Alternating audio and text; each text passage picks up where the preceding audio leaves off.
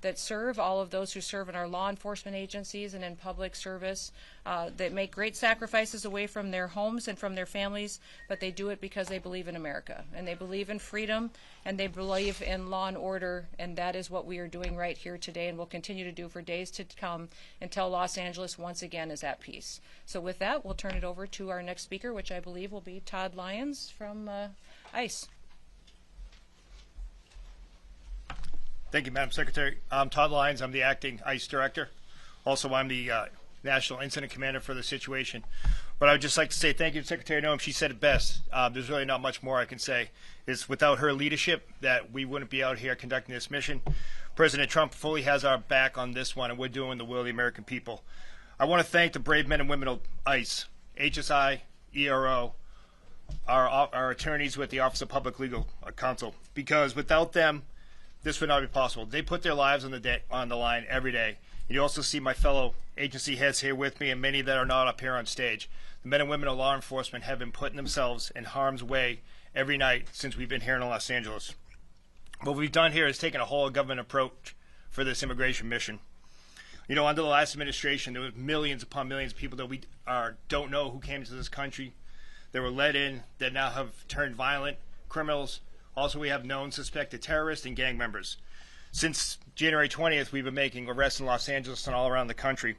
But specifically, we've focused on gang members, human traffickers, violent drug dealers, and rapists. You know, the Secretary brought it up. You know, the rhetoric of a lot of elected officials and people what really caused this. We've heard so much. If ICE had a criminal warrant, if ICE had a judicial warrant, cities would cooperate with us. On this past Friday, you saw that. You saw the men and women of ICE and these other DOJ partners executing a criminal warrant on a criminal immigration enforcement case. Yet the city turned against us and we had violent protesters. And that just won't happen because the men and women of ICE won't be deterred by this. We're going to be out there every day conducting our law enforcement mission. No protesters are going to block our way because the brave men and women of ICE and these DOJ partners you see up here, along with our partners with the Los Angeles Police Department, are going to ensure that we handle these protesters, but we are out there safely conducting these operations, and we will get the worst off the street. And I also like to thank the Department of Defense and National Guard who has come here to assist us on that.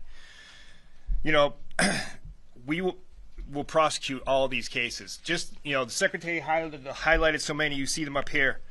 But we have a wanted man from Mexico who fled and hid in Los Angeles for killing a woman. You have an MS-13 gang member who killed 2 individuals during a botched catalytic converter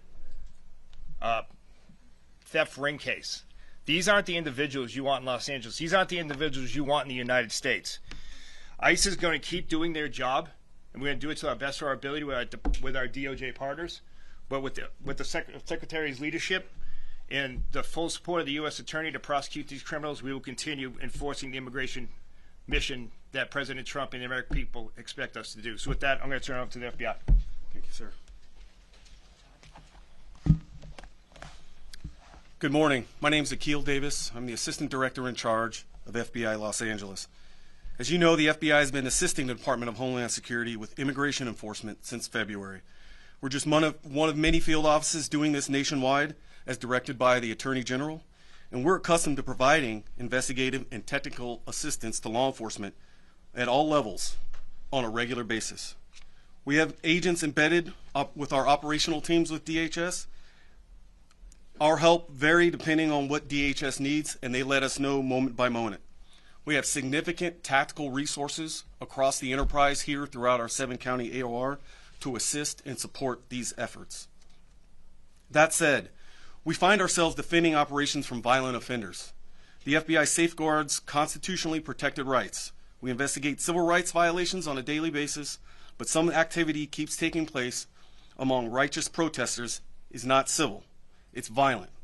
We're going to investigate allegations of violence, whether it's assault on law enforcement officers or civilians, looting, arson, doxing, or damage to public property. So please, I'm asking the community, do not put your life in jeopardy by hurting someone or destroying property. You will be held accountable by the FBI, and it's not worth it. I'd like to highlight 2 cases for you to show what the FBI's line of effort is in this overall DHS-led operation. Elpidio Reyna is a fugitive. He is wanted for the alleged assault of a federal officer in the city of Paramount in California on June 7th, 2025.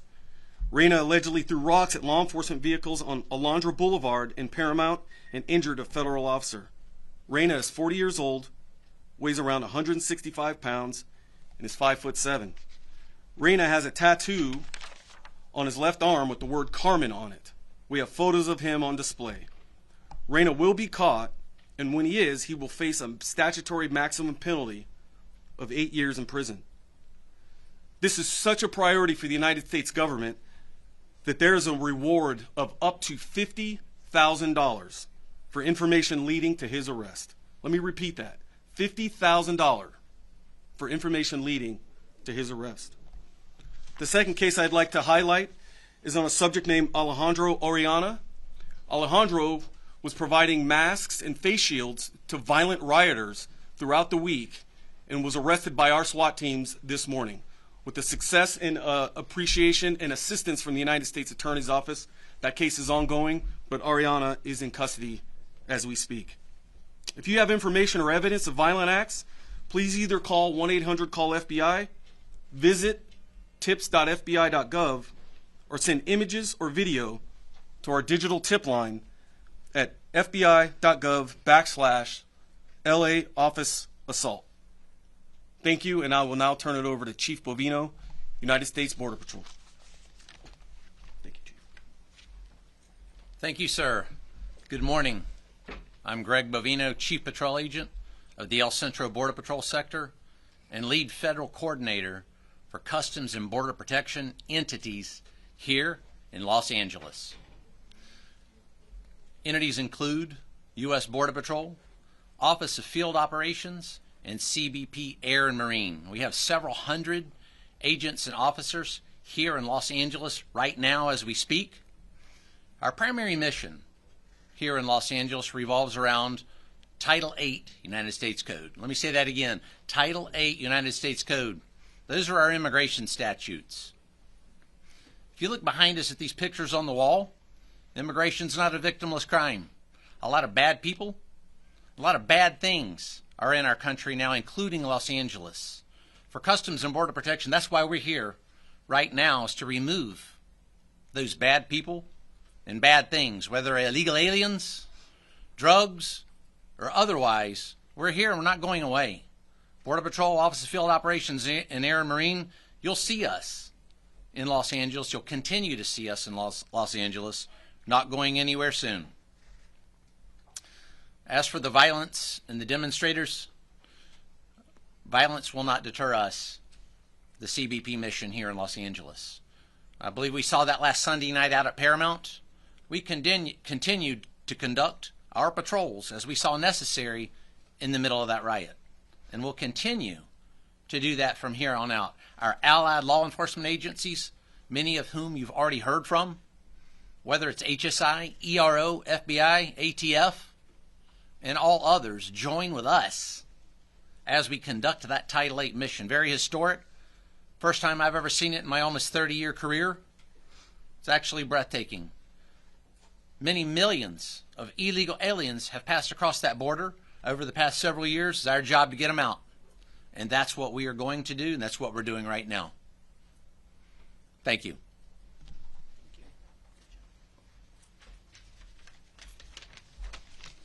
Good morning. My name is Kenny Cooper. I'm a Special Agent in Charge, ATF, LA Field Division.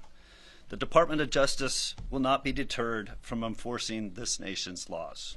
ATF is on the ground doing what we do best, fighting violent crime and protecting our communities regardless of the environment around us. Our agents are trained to operate in high-threat, high-tension situations. When federal authorities move to execute court-authorized warrants, we support that mission with professionalism, precision, and resolve. ATF stands shoulder to shoulder with our federal partners in this whole-of-government approach.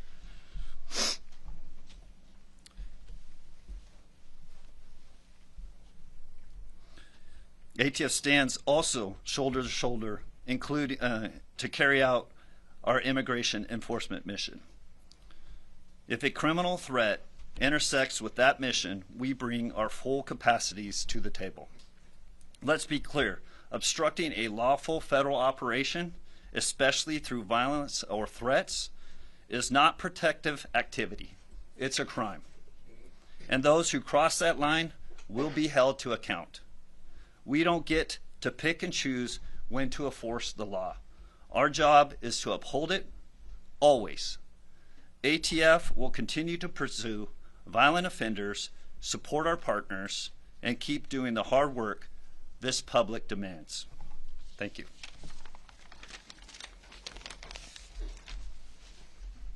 Hello, everyone. I'm Bill Saley, the United States Attorney for the Central District of California.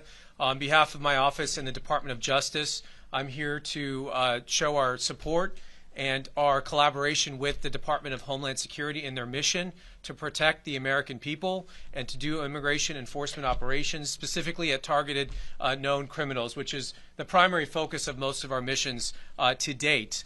I want to also thank the National Guard and the military. We had judicial warrants to do what we did on both Friday and Saturday. And the amount of resistance and organized agitators that showed up to try to impede us was overwhelming. And we're really grateful to the President for deploying the Guard, which allowed us to continue our mission undeterred, to enforce the law, and to keep our people and our buildings safe. And that's really important. And my office has been aggressive in bringing charges. We charged several people over the weekend who dared to assault our agents. They threw rocks, they threw stones, they were breaking up concrete. It was out of control and it was violent. And some people in the state of California have been conditioned to think that there's no consequences for criminal activity. And you know, that might be true for the state of California, but it's not true with the federal government. And we will bring charges and you will go to federal prison. This is the federal government. This is not the state government. As the President said, if you spit, we hit, and we'll hit you with a felony. And we're committed to that. We're continuing to conduct. We're looking at hundreds of suspects. We're collecting media, social media, videos. We'll be combing over that stuff for weeks and months with the FBI. And just because you think you got away with something over the weekend, think again. In a few months from now, you could get a knock at your door. So anyone who's thinking about showing up to these protests to commit violence, I really caution you to think again. It's not worth it. We charged 2 individuals yesterday with throwing Molotov cocktails at police officers. That is extremely dangerous and could lead to death. They're now looking at explosives charges charged by the federal government and more charges to come. So I just want to reiterate that we will be aggressive, we will be filing, and we will be swift in our deliverance of justice. And I want to thank our partners at the FBI and the ATF and DHS and all our agencies for their hard work. It has not been easy. They've been working around the clock, but they're undeterred. And I can tell you, speaking to them, they are more committed than ever to delivering on the promise of the President to make America safe again. And we need that in California probably more than anywhere else. So with that, I thank you very much. Thank you, Bill. I appreciate that, and everyone for their comments. And with that, we're going to open it up to questions, but we're going to keep it specifically to questions that pertain to this topic and some of the operations that are ongoing here in Los Angeles and how we will sustain and build on those operations in the future. So do you want to go first? Matt Rivers, Yes. ABC News. Yes. A question for you about future planning. We know that there's more protests planned for this weekend. Yes. Is DHS actively planning on requesting more assistance from DoD, more troops, given those protests that are coming? Is this the administration's new playbook? You know, what I would say is that I'm not going to telegraph exact statistics and numbers and what we are doing as far as participation with the military, but we do have several thousand engaged here in Los Angeles right now.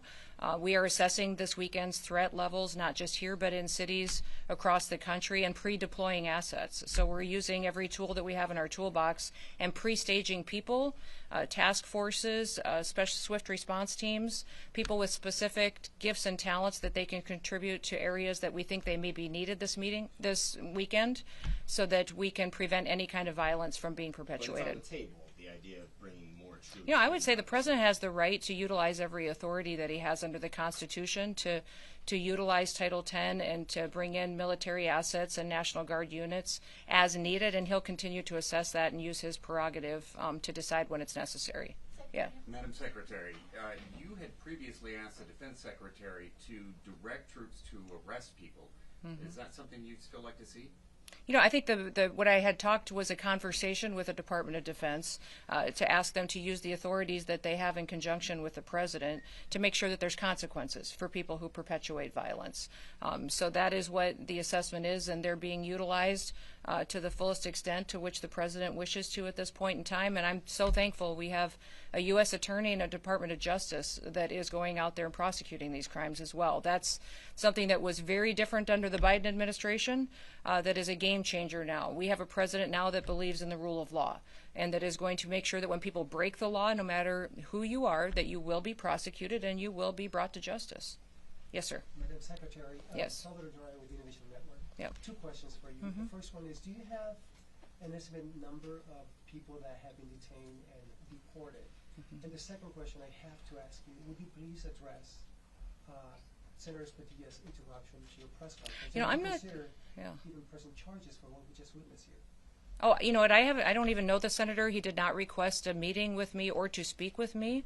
So when I leave here, I'll have a conversation with him and visit and find out really what his concerns were. I think everybody in America would agree that that wasn't appropriate. That if you wanted to have a civil discussion, especially as a leader, a public official, that you would reach out and try to have a conversation. For instance, I have left voicemails for Governor Newsom wanting to have a conversation. Has he returned them? No.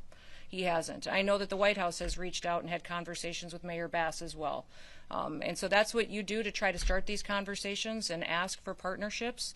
Unfortunately, we haven't met that in this area. I'll visit with the senator and find out really what his concerns are and what we can do. And as far as the estimated number of people that have You know, what I would say is that we have over 1,500 people that we have been interdicting with, arresting for different situations, and we will continue to build on that. That's been just over the last few days. Know that we have more assets now today than we did yesterday. We had more yesterday than we did the day before, so we are only building momentum. This is only going to continue and be increased until we have peace on the streets of Los Angeles. The president has told me, Christy, use everything that we have to make sure that the citizens of Los Angeles know that we care about them, that they have lived with crime for far too long, and that we want them to be able to walk their children to school in the morning and feel safe. We want them to, small businesses downtown, to not have to worry about getting burned to the ground because some organized crime nonprofit funder is deciding that now is the time to send a political message or an agenda. So we're going to stay here and build our operations until we make sure that we liberate the city of Los Angeles. Yes, back there. I'm going to do two more if that's okay. Go ahead. Can you talk a little bit about the specific number in terms of immigration-related arrests that you make, both daily and in LA specifically? Well, we literally have tens of thousands of targets. So I think that's what's more important. People should know that there are millions of people that are in this city illegally, and that we have, I would say, thousands and thousands, tens of thousands of targets that we will be going after. Remember, this president has repeatedly said that he's going after criminals and the worst of the worst. And we're going after people that are in work sites that are trafficking drugs, that are trafficking human beings. We're DNA testing children because many times when you see people claiming that their family members or the children they have with them that are theirs, many times when we DNA test them, they're not.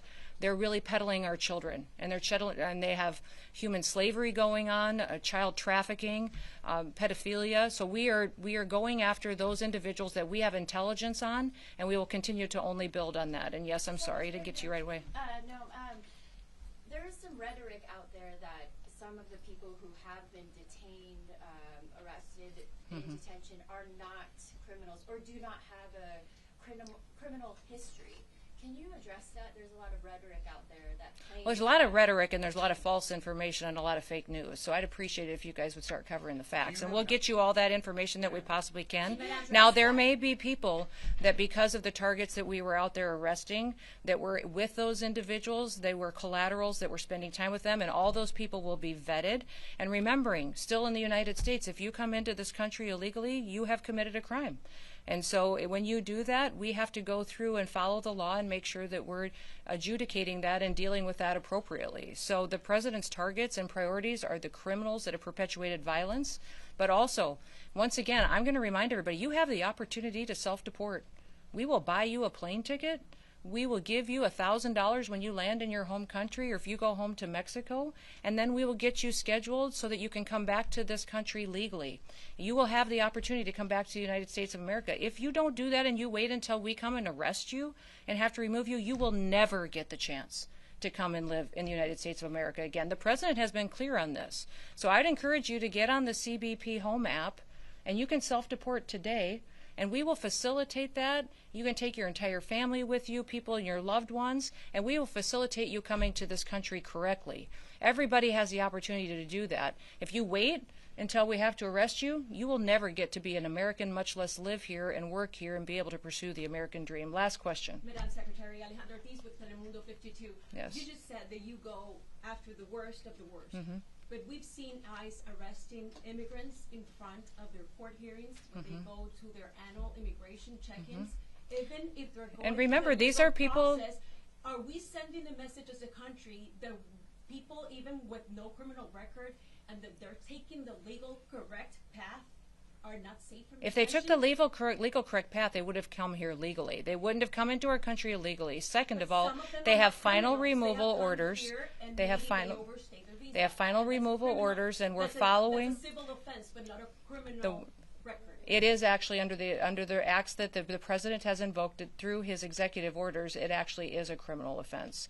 And so one of the things that we need to remember is that when you're going out there and talking about what is happening with individuals who are in this country illegally, is that they have the opportunity every single day to return back home, and we will work with them and facilitate that and work with their families. But if they choose to wait back and to not make that decision today, then they are subject to this type of operation that will target those that have criminal activity and backgrounds and perpetuators of violence first. Those are our targets. But we are going to make sure that we're bringing peace back to the city of Los Angeles. She told me she has hundreds of cases of people coming in asking for asylum.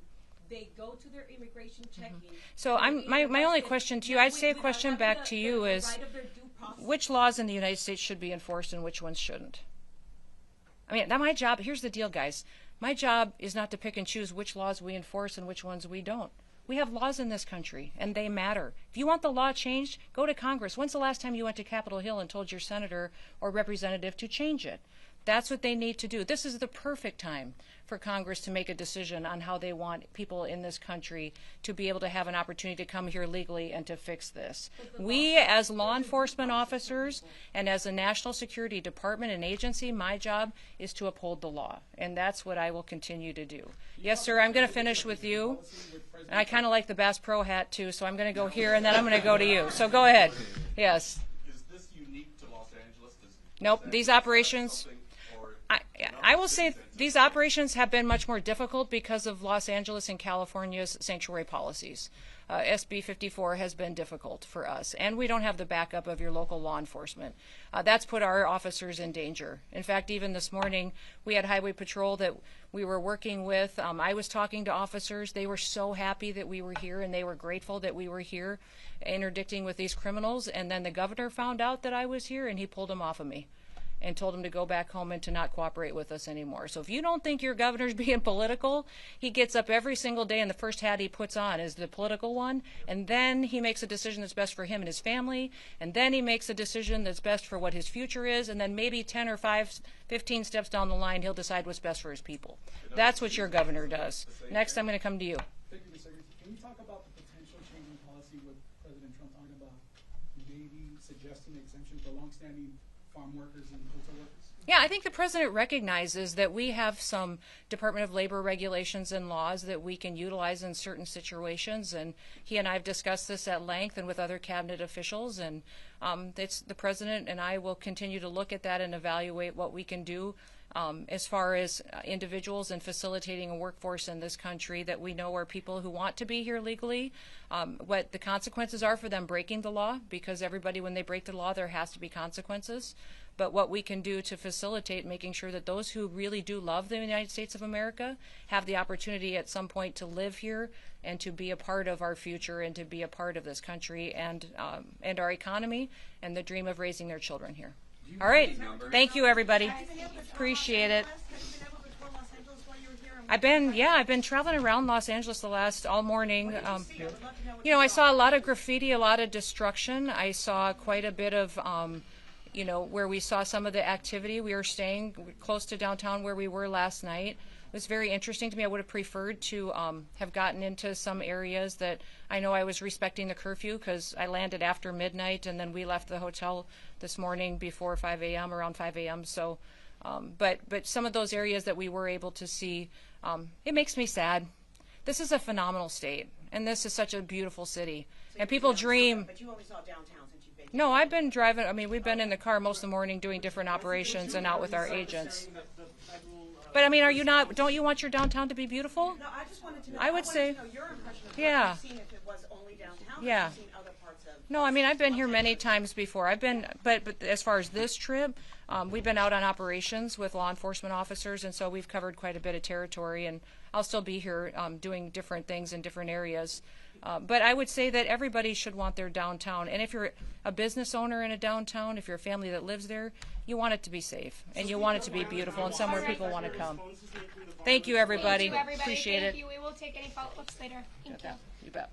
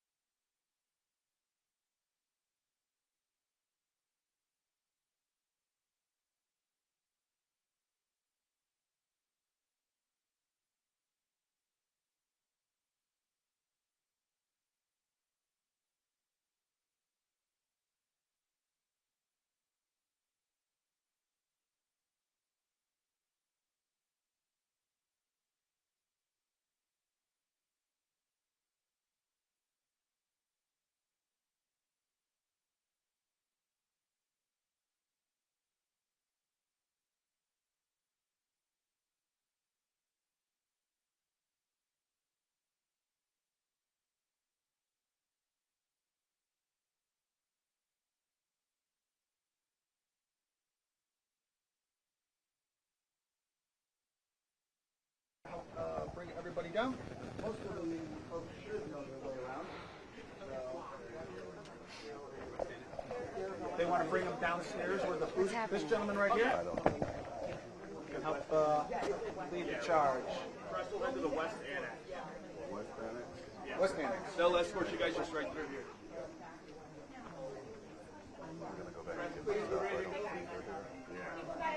Gotta shuffle out, guys. Right through here, guys, please. Press, Need to clear the hallway, please.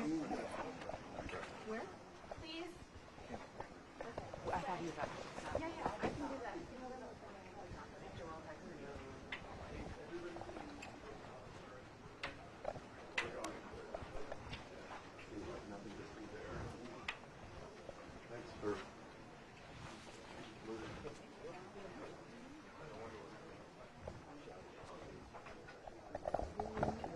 Yikes.